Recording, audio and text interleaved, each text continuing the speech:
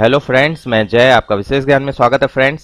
Friends आज की इस वीडियो में हम इनकम टैक्स और जीएसटी से रिलेटेड छोटे मोटे अपडेट्स के बारे में बात करेंगे। इसके अलावा हम बात करेंगे बजट 2019 के बारे में कि 1 अप्रैल 2019 से हमारे ऊपर बजट 2019 एप्लीकेबल होने वाला है और इसमें क्या क्या चेंजेस हैं, क्या क्या चीज़ें आपके ऊपर एप्लीकेबल होने वाली है, इसके बारे में भी हम इन शॉर्ट बात करेंगे, क्योंकि इसके रिगार्डिंग मैंने पहले भी वीडियो में आपको बताया हुआ है। तो इन शॉर्ट मैं आज आपको फिर से क्लियर कर दूंगा कि क्या क्या चेंजेस हुई हैं बजट 2019 में, जो कि हमारे ऊपर एप्लीकेबल हो जाएंगी 1 अप्रैल 2019 से। तो फ्रेंड्स, अगर आपको ये मेरी वीडियो पसंद है तो प्लीज लाइक कीजिएगा और अगर आपने अभी तक मेरे चैनल को सब्सक्राइब नहीं किया तो प्लीज सब्सक्राइब भी कर लीजिएगा। चलिए स्टार्ट करते हैं आज की इस टॉपिक को।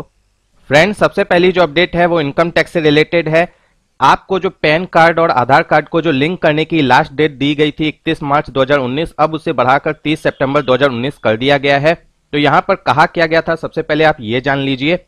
अगर आपके पास पैन कार्ड और आधार कार्ड बना हुआ है, अगर नहीं बना हुआ है तब तो आपके ऊपर ये कंडीशन एप्लीकेबल नहीं हो रही थी, लेकिन अगर आपके पास दोनों हैं, बने हुए हैं दोनों, तो उस सिचुएशन में आपको इन दोनों को लिंक कराना था इनकम टैक्स की वेबसाइट पर जाकर। और भी ऑप्शंस थे, तो आपको इन दोनों को लिंक कराना मैंडेटरी था 31 मार्च 2019 तक।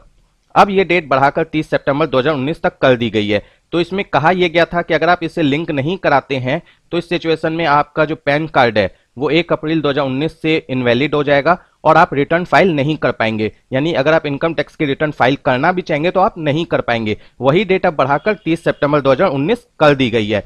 तो यहां पर यह जान लीजिए कि अगर आप 30 सितंबर 2019 से पहले रिटर्न फाइल करना चाहते हैं तो आपको पैन कार्ड को लिंक कराना होगा आधार के साथ, फिर आप रिटर्न फाइल कर पाएंगे। लेकिन अगर आप रिटर्न फाइल नहीं करना चाहते हैं तो आपके लिए लास्ट डेट 30 सितंबर 2019 है। अब हो सकता है आगे चल के फिर ये डेट एक्सटेंड हो, लेकिन अभी तक फिलहाल आप उसे डेडलाइन मानकर चलेंगे 30 सितंबर 2019 को।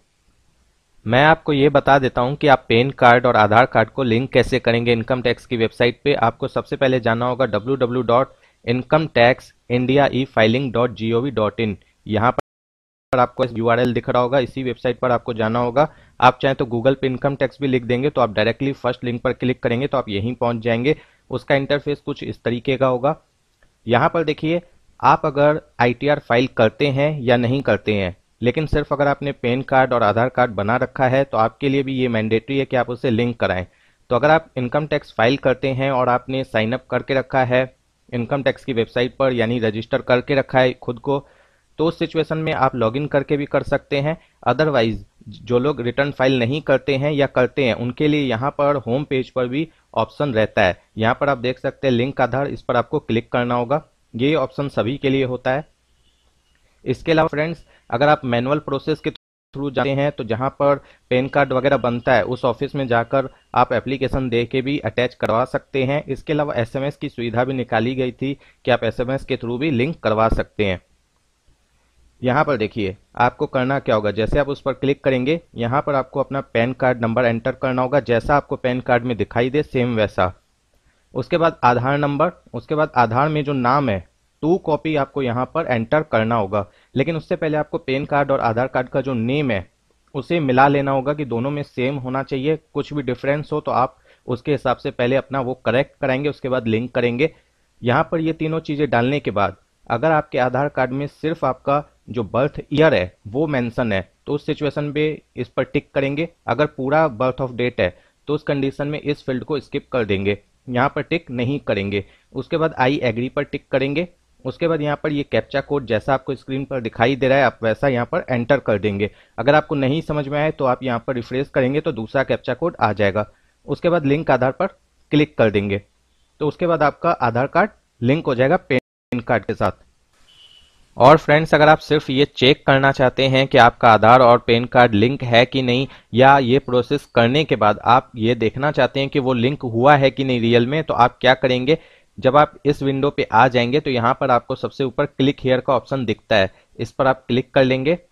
उसके बाद यहाँ पर अपना पैन कार्ड नंबर एंटर करेंगे और आधार नंबर एंटर करेंगे। उसके बाद व्यू लिंक आधार स्टेटस पर क्लिक करेंगे तो आपको यहाँ पर रिफ्लेक्ट होगा कि आपका आधार नंबर पैन कार्ड के साथ लिंक है या नहीं है। फ्रेंड्स, इसके अलावा अगर आप लॉगिन करके करना चाहते हैं तो आप लॉगिन जैसे कर लेंगे तो आपको एक प्रोफाइल नाम का टैब मिलेगा। वहां पर आप जैसे क्लिक करेंगे आपको नीचे में लिंक आधार करके एक ऑप्शन मिलेगा, आप उसमें जाके भी कर सकते हैं अगर आप लॉगिन करके करना चाहते हैं तो। फ्रेंड्स, अब हम जीएसटी से रिलेटेड अपडेट के बारे में बात कर लेते हैं। सबसे पहले हम यहाँ पर अपडेट के बारे में बात कर लेते हैं, फिर हम बजट 2019 के बारे में बात करेंगे कि हमारे ऊपर 1 अप्रैल 2019 से क्या क्या एप्लीकेबल होगा बजट 2019 के अकॉर्डिंग। तो देखिए, अभी हम जीएसटी की पोर्टल पर हैं और यहाँ पर मैंने लॉगिन कर लिया है। अब आपको लॉगिन करने के बाद रिटर्न डैशबोर्ड पर आना है। तो देखिए फ्रेंड्स, सबसे पहले मैं बता दूं कि क्या मैं बताने वाला हूं। जब आप फाइनेंशियल ईयर स्टार्ट होती है तो उस समय आप ऑप्शन ऑप्ट करते हैं कि आप क्वार्टरली रिटर्न फाइल करना चाहते हैं कि मंथली रिटर्न फाइल करना चाहते हैं। तो देखिए फ्रेंड्स, इसे सोच समझ के करना होता है क्योंकि इसके बाद आप इसे चेंज नहीं कर सकते हैं। लेकिन अब आपको यहाँ पर जीएसटी पोर्टल पे एक ऑप्शन दिया गया है एडिट करने का, कि अगर आप गलती से कुछ चुन भी लेते हैं तो उसके बाद उसे आप मॉडिफाई कर सकते हैं, एडिट कर सकते हैं। लेकिन आपको एक बात का ध्यान देना होगा कि अगर आपने जीएसटीआर 1 फाइल कर दी, कोई भी एक फाइल कर दी, तो उसके बाद आप इसे एडिट नहीं कर पाएंगे। इसीलिए फाइल करने से पहले आप इसे एडिट कर सकते हैं। तो रिटर्न डैशबोर्ड पर क्लिक करने के बाद, जैसे कि मेरा फाइनेंशियल ईयर 19-20 है, यहां पर अप्रैल मंथ चूज किया हुआ है और यहां पर सर्च पर आप क्लिक करेंगे। उसके बाद आप सबसे नीचे आएंगे तो यहां पर आपसे 2 क्वेश्चंस पूछे जा रहे हैं। पहला क्वेश्चन ये है कि आपका प्रीवियस फाइनेंशियल ईयर में जो आपका टर्नओवर था अप टू 1.5 करोड़ तक था। इसके अलावा आपसे सेकंड क्वेश्चन ये पूछा जा रहा है कि जो करंट फाइनेंशियल ईयर है यानी 19-20, इसमें आपका टर्नओवर आप क्या एक्सपेक्ट करते हैं, आप क्या उम्मीद करते हैं कि 1.5 करोड़ तक रहेगा। अगर इन दोनों क्वेश्चंस के आंसर यस हैं तो आप यस पर क्लिक करेंगे और उसके बाद आप नीचे में यहां पर चूज कर लेंगे। फिर एक ऑप्शन आपके सामने ओपन होगा, would you like to opt for quarterly filing of tax return. तो आपको क्वार्टरली फाइल करना है तो आप यस चूज कर लेंगे। अगर आप मंथली करना चाहते हैं तो आप नो करेंगे, ठीक है, और सबमिट कर लेंगे। अब मैं आपको दिखाऊंगा यहां पर प्रोसीड करने के बाद आपके सामने एडिट करने का ऑप्शन आएगा। लेकिन रिटर्न अगर फाइल कर ली जीएसटीआर 1 तो उसके बाद आपके सामने ये ऑप्शन नहीं आएगा। यहां पर फ्रेंड्स आप देख सकते हैं आपको एडिट करने का ऑप्शन मिल रहा है। Please click here to edit your preference for return filing. यहां पर देखिए, फिर आपसे पूछा जा रहा है is your turnover during the preceding financial year exceeded rupees 1.5 crore और expected to exceed rupees 1.5 crore during the current financial year. इसके अकॉर्डिंग आप यस नो चूज कर लेंगे, फिर सबमिट कर लेंगे तो आप चेंज कर सकते हैं आपने अगर कोई गलती कर दी है तो। फ्रेंड्स, अगर आप 17-18 फाइनेंशियल ईयर की जीएसटीआर 1 को अमेंडमेंट करना चाहते हैं तो अभी भी आपके पास टाइम है। आप मार्च 19 की जब रिटर्न फाइल करेंगे तब तक आपके पास टाइम है। तो यहां पर 2 पार्ट में टाइम बांटे गए हैं। मंथली जो रिटर्न फाइल करते हैं उनके लिए अलग टाइम है और जो क्वार्टरली रिटर्न फाइल करते हैं उनके लिए लास्ट डेट अलग है। तो देखिए, अगर आप मंथली रिटर्न फाइल करते हैं तो जब आप मार्च 19 की रिटर्न फाइल करेंगे अप्रैल 19 में, तो यहां पर आपके पास लास्ट डेट जो है 11 अप्रैल 2019 की है। मंथली रिटर्न जो लोग फाइल करते हैं, जो लोग लेकिन क्वार्टरली रिटर्न फाइल करते हैं उनके लिए ये लास्ट डेट होगी 30 अप्रैल 2019। आपको करना क्या होगा, आपको यहां पर फाइनेंशियल ईयर 18-19 चूज करना होगा। मार्च की जब रिटर्न फाइल करेंगे यहां पर सर्च बटन पर क्लिक करेंगे। यहां पर आपको जीएसटीआर 1 में आना होगा। यहां आपको 9A टेबल मिलेगा, अमेंडमेंट B2B इनवॉइसेस, इसमें जाना होगा।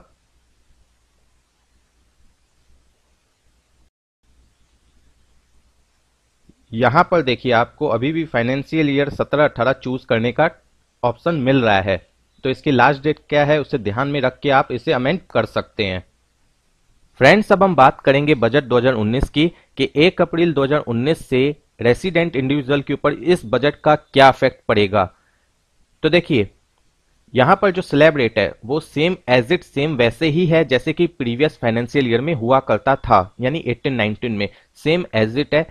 यहां पर जैसे कि आपको सीनियर सिटीजन जो कि अबव 60 ईयर्स होते थे, super senior citizen above 80 years होते थे, उनका भी स्लैब रेट सेम है। और अप टू 60 ईयर्स जो स्लैब रेट चलता था रेसिडेंट इंडिविजुअल एचयूएफ का, सेम एज इट है वैसे ही जैसे कि पहले हुआ करता था। तो देखिए, यहां पर मैं अप टू 60 ईयर्स का जो स्लैब है वो मैं आपको इन शॉर्ट एक बार बता देता हूं कि वो क्या था। 0 to 2.5 लाख नील टैक्स, यानी कोई टैक्स नहीं देना है। 2.5 लाख से 5 लाख 5%, 5 लाख से 10 लाख 20%, 10 लाख से जितना भी आप कमा लीजिए 30%, 50 लाख से ज्यादा कमाएंगे तो वहां पर सरचार्ज ऐड हो जाएगा 10%, जो कि पहले भी हुआ करता था। 1 करोड़ से ज्यादा कमाएंगे तो 15% सरचार्ज हो जाएगा, जो कि पहले हुआ करता था। और सेस अलग से 4% लगेगा, health and education cess. Friends, एक बात का ध्यान दीजिएगा, जैसे कि मैंने बोला कि अगर आपकी इनकम 2.5 लाख तक है तो उस कंडीशन में आपको टैक्स देने की जरूरत नहीं है। तो यहाँ पर गवर्नमेंट ये भी बोलती है कि अगर आपकी इनकम 2.5 लाख तक है तो आपको रिटर्न फाइल करने की भी जरूरत नहीं है। अगर आप चाहते हैं तो कर सकते हैं, अदरवाइज आपके लिए मैंडेटरी नहीं है कि आप रिटर्न फाइल करें। तो यहाँ पर ये जो 2.5 लाख है, इससे आप क्या समझेंगे, टीटीआई समझेंगे कि जीटीआई समझेंगे? टीटीआई मतलब टोटल टैक्सेबल इनकम समझेंगे इस 2.5 लाख को, या ग्रॉस टोटल इनकम समझेंगे? तो फ्रेंड्स यहाँ पर ये जो जीटीआई है, यहाँ पर जो 2.5 लाख की बात हो रही है, ये ग्रॉस टोटल इनकम की बात हो रही है। मानकर चलिए आपने पूरे साल में 3,90,000 रुपए कमाए और आपने 80C में कहीं पर डिडक्शन लेनी है, जैसे कि आपने LIC करा ली या जो भी सेक्शंस है जिसमें कि आपको डिडक्शन अलाउ होती है जीटीआई के ऊपर, वो आपने करके रखी है 1.5 लाख रुपए की, ठीक है, क्योंकि 1.5 लाख तक मैक्सिमम आपको डिडक्शन मिलती है 80C वगैरह में। तो उस सिचुएशन में अगर आप 3,90,000 में 1.5 लाख घटा दीजिए तो 240 बचता है। तो आप अगर ये सोच रहे हैं कि मेरा तो 240 बचा टीटीआई यानी टोटल टैक्सेबल इनकम, तो अब मुझे रिटर्न फाइल नहीं करनी है, तो फ्रेंड्स ऐसा नहीं है, आपको इस कंडीशन में रिटर्न फाइल करनी पड़ेगी। अगर आपकी जीटीआई यानी डिडक्शन लेने से पहले आपकी इनकम 2.5 लाख या उससे कम है तो आप रिटर्न फाइल नहीं करेंगे। टीटीआई को आपको ध्यान में नहीं रखना है रिटर्न फाइल करने के लिए, आपको जीटीआई को ध्यान में रखना होगा। फ्रेंड्स अब आप सोच रहे होंगे कि मैंने यहां पर बोला कि स्लैब रेट सेम है, 2.5 लाख से 5 लाख तक जैसे इनकम होगी आपको 5% के अकॉर्डिंग टैक्स गवर्नमेंट को देना पड़ेगा। तो आप तो सोच रहे होंगे कि मार्केट में तो एक बात उठ रही है कि 5 लाख तक इनकम है तो आपको टैक्स देने की जरूरत नहीं है, आप बिल्कुल टैक्स मत दीजिए अगर आपकी 5 लाख तक इनकम है। तो फिर ये क्या है, तो ये है सेक्शन 87A, जिसमें कि आपको रिबेट मिली है। स्लैब रेट सेम है, 87A में आपको रिबेट बढ़ा दी गई है। मिली कहना तो सही नहीं होगा क्योंकि इसमें रिबेट तो पहले से ही थी, उसे अब बढ़ा दिया गया है। पहले क्या रिबेट थी, सबसे पहले हम इसके बारे में बात कर लेते हैं। पहले इसकी रिबेट थी कि अगर आपकी टोटल टैक्सेबल इनकम यानी टीटीआई सारी डिडक्शंस लेने के बाद आपकी टीटीआई अगर 3.5 लाख तक बनती है तो उस कंडीशन में आप 87A में 2,500 तक रिबेट ले सकते थे, ठीक है। अब आपकी वो लिमिट कर दी गई है 5 लाख तक, यानी अगर आपकी पूरी साल में टीटीआई जो इनकम है आपकी डिडक्शंस लेस करने के बाद टीटीआई 5 लाख रुपए तक ठहर जाती है तो उस कंडीशन में आप 87A में 12,500 रुपए की जो रिबेट है वो ले सकते हैं। तो इसीलिए यहां पर यह कहा जा रहा है कि आपको 5 लाख तक कोई भी टैक्स देने की जरूरत नहीं है। तो यहां पर स्लैब रेट में कोई चेंजेस नहीं है, रिबेट के थ्रू आपको यहां पर बेनिफिट दी गई है। तो देखिए मानकर चलिए फ्रेंड्स आपकी टोटल टैक्सेबल इनकम 19-20 में सारी डिडक्शंस लेस करने के बाद 4.5 लाख रुपए बचती है। फॉर एग्जांपल मान लीजिए कि आपकी टीटीआई 4.5 लाख रुपए बचती है, तो यहां पर आपको स्लैब रेट तो अप्लाई करना ही पड़ेगा, यानी 2.5 लाख माइनस करना पड़ेगा आपको 4.5 लाख में, तो आपके पास बचेगा 2 लाख रुपए रेस्ट, जिसपे कि आपका 5% का रेट एप्लीकेबल होगा, क्योंकि 5 लाख तक की इनकम पे 5% का रेट एप्लीकेबल होता है। तो 2 लाख का 5% अगर हम करेंगे तो 10,000 रुपए की टैक्स बनेगी। तो यहां पर जो आपको रिबेट दी गई है 12,500 की दी गई है, तो यहां पर आपकी टैक्स ही 10,000 बन रही है, तो आपको 10,000 की ही बेनिफिट मिलेगी, यानी आपको टैक्स तो नहीं देनी है। ऐसा नहीं होगा कि 12,500 गवर्नमेंट ने बोला है तो 2,500 आपको गवर्नमेंट पे करेगी, ऐसा नहीं है। जितनी आपकी टैक्स बनेगी या तो उतना आप रिबेट ले सकते हैं, लेकिन ये जो मैक्सिमम अमाउंट है ये है 12,500, इससे ज्यादा नहीं ले सकते हैं आप रिबेट। फ्रेंड्स हम यहां पर अब सेकेंड एग्जांपल लेंगे। मानकर चलिए आपकी जीटीआई यानी ग्रॉस टोटल इनकम 7 लाख रुपए है और आपने 80C में LIC वगैरह में इन्वेस्टमेंट करके रखा है 1.5 लाख रुपए तक का, क्योंकि मैक्सिमम डिडक्शन आप 80C में 1.5 लाख की ले सकते हैं। तो आपका अगर हम 7 लाख में 1.5 लाख माइनस करेंगे तो 5.5 लाख रुपए बचेंगे। और उसके अलावा आपने 80CCD में यानी NPS में कंट्रीब्यूट करके रखा है, वहां पर आपने 50,000 तक कंट्रीब्यूट किया है, क्योंकि वहां पर आपको मैक्सिमम लिमिट 50,000 की है। तो वो भी अगर हम माइनस करेंगे तो आपकी टीटीआई यानी टोटल टैक्सेबल इनकम अगर 5 लाख तक बैठ जाती है सारी डिडक्शंस को लेस करने के बाद, तो भी आप 87A का बेनिफिट ले सकते हैं।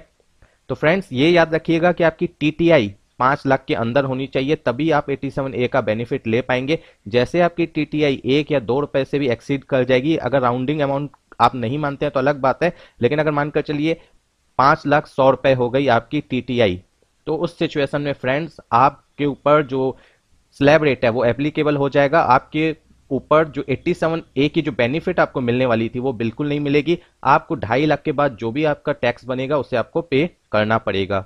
इसके अलावा सैलरीड पर्सन की जो स्टैंडर्ड डिडक्शन थी जिसकी लिमिट 40,000 पहले हुआ करती थी, उसे अब बढ़ाकर 50,000 रुपए कर दिया गया है। इसके अलावा मानकर चलिए हाउस प्रॉपर्टी की अगर हम बात करें तो अगर मानकर चलिए आपके पास, अगर प्रीवियस ईयर की मैं बात करूं तो वहां पर अगर आपके पास 2 सेल्फ ऑक्यूपाइड हाउस है, यानी जिसमें आप रहते हैं, आपने उसे रेंट पर नहीं लगाया है, तो उस सिचुएशन में आपका एक हाउस सेल्फ ऑक्यूपाइड माना जाता था, दूसरा हाउस को डीम्ड लेट आउट मानते हुए, यानी नेशनल रेंट के अकॉर्डिंग आपको उसके ऊपर उसे लेट हाउस मानते हुए आपको गवर्नमेंट को टैक्स पे करनी पड़ती थी। लेकिन अब आपके पास, अगर आपके पास 2 हाउस हैं जो कि आप जेन्युइन पर्पज से सेल्फ ऑक्यूपाइड के लिए यूज करते हैं, ऐसा नहीं है कि आपने उसे रेंट पर लगा के रखा है, रेंट पर अगर आपने लगाया होगा तो आपको टैक्स देनी पड़ेगी। अगर आप उसे रेंट पर नहीं लगाते हैं और आपके पास 2 हाउस है 19-20 में, तो आप उसे सेल्फ ऑक्यूपाइड दिखा सकते हैं। अब आपके लिए 2 हाउस को फ्री कर दिया गया है। इसके अलावा पहले आप अगर बैंक की बात करें या पोस्ट ऑफिस की बात करें, आपको अगर 10,000 रुपए तक पूरे साल में या उससे ऊपर अगर आपको जो इंटरेस्ट पे की जाती थी 10,000 से ऊपर, तो उस सिचुएशन में बैंक या पोस्ट ऑफिस आपकी टीडीएस काट लेती थी। उस लिमिट को अब 40,000 रुपए तक कर दिया गया है। 40,000 तक कोई टीडीएस नहीं कटेगी आपकी।